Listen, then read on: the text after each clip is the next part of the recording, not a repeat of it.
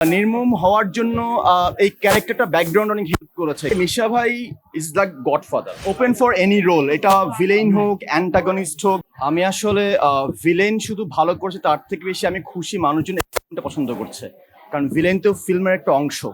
একটা চরিত্র হিসেবে যদি উঠে আসতে পারি এবং সেটা যদি ফিল্মের ভালো হওয়ার জায়গায় কন্ট্রিবিউট করতে পারে, সেটা আমি আসলে সবচেয়ে বেশি পছন্দ করছি। আর ব্যক্তিগতভাবে আসলে আমি খুবই খুশি যে মানুষজন, একদল মানুষ আমাকে হেট করছে, আরেকদল মানুষ আমাকে ভালোবাসছে, বিকজ বিকজ ক্যারেক্টারটা তারা বিলিভ করতে পারছে। এটা আসলে অনেক বড় একটা প্রাপ্তি।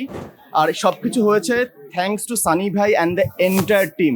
একটুকে রিপোর্ট ভাই বলছিলেন যে সানি ভাইয়ের ব্রিফ এত প্রিসাইজ, এত অ্যাকুরেট যে উনি একদম বলে দিয়েছে যে আমি এরকম একটা ক্যারেক্টার দেখছি জাজ, এটার লুক অ্যান্ড ফিল এরকম, ওর চিন্তা ভাবনা এরকম, সে এইভাবে অ্যাকশন করছে, এরকম ভাবছে। এত সুন্দর ব্রিফিং এর পর পারফরমেন্স করা যে কোনো একটার জন্য খুব সহজ হয়ে যায় আসলে। আমি খুবই লাকি, আমি খুবই হ্যাপি। নির্মম হওয়ার জন্য এই ক্যারেক্টারটা ব্যাকগ্রাউন্ড অনেক হেল্প করেছে। ক্যারেক্টারটা কি দিয়ে গিয়েছে, যারা ফিল্মটা দেখেছেন তারা আসলে জানেন যে মানুষজন কখন একটা ভিন্ন দিকে তার মানসিকতা চলে যায়। সে হয়তো সাধারণ মানুষের মতো থাকে না, তার মানসিকতা পরিবর্তন ঘটে, সবকিছু ঘটে আসলে পরিবার থেকে শুরু হয়। তো সেই কনটেক্সটটা এগেন সানি ভাই আমাকে হেল্প করেছে বোঝার জন্য, আমি সেটা ধারণ করার চেষ্টা করেছি।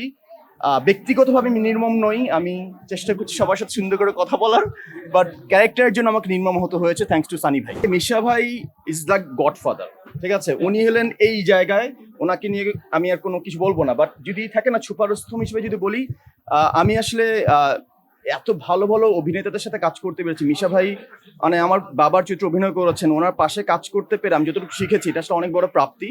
আর যতটুকুই হোক এই ক্যারেক্টারটার ব্যাপ্তি আসলে বিষয় নিয়ে যেটা বলছিলাম, আমি যতটুকু কাজ করতে পেরেছি, থাকে না একজন অনেস্ট অ্যাক্টর হিসেবে পারফর্ম করতে পারা এবং মানুষ সেটা ভালোবাসতে পারছে, এর থেকে বড় অনুভূতি বা প্রাপ্তি আর কিচ্ছু নেই। আমি খুবই খুশি এটার জন্য।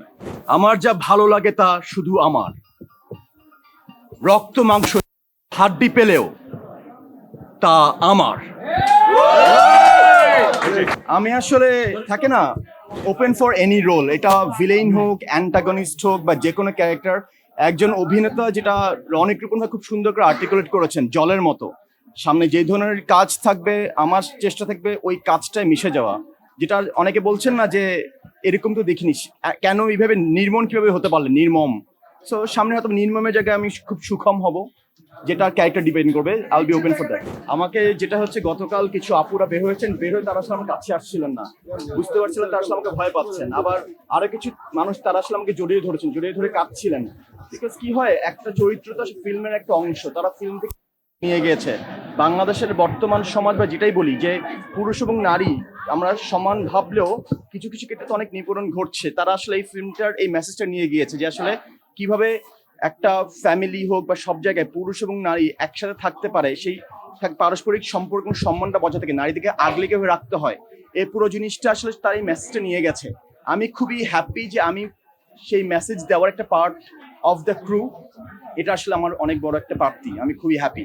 আমি আসলে এখানে ভাইয়া আছে যে আমি যতটুকু পারফর্ম করেছি, পারফর্মটা যদি আমি 50 দিয়ে থাকি, বাকি 50 মিলিয়েছেন ভাইয়া, বিকজ ক্যারেক্টারটা এন্টার ব্যাকগ্রাউন্ড স্কোর উনি করেছেন।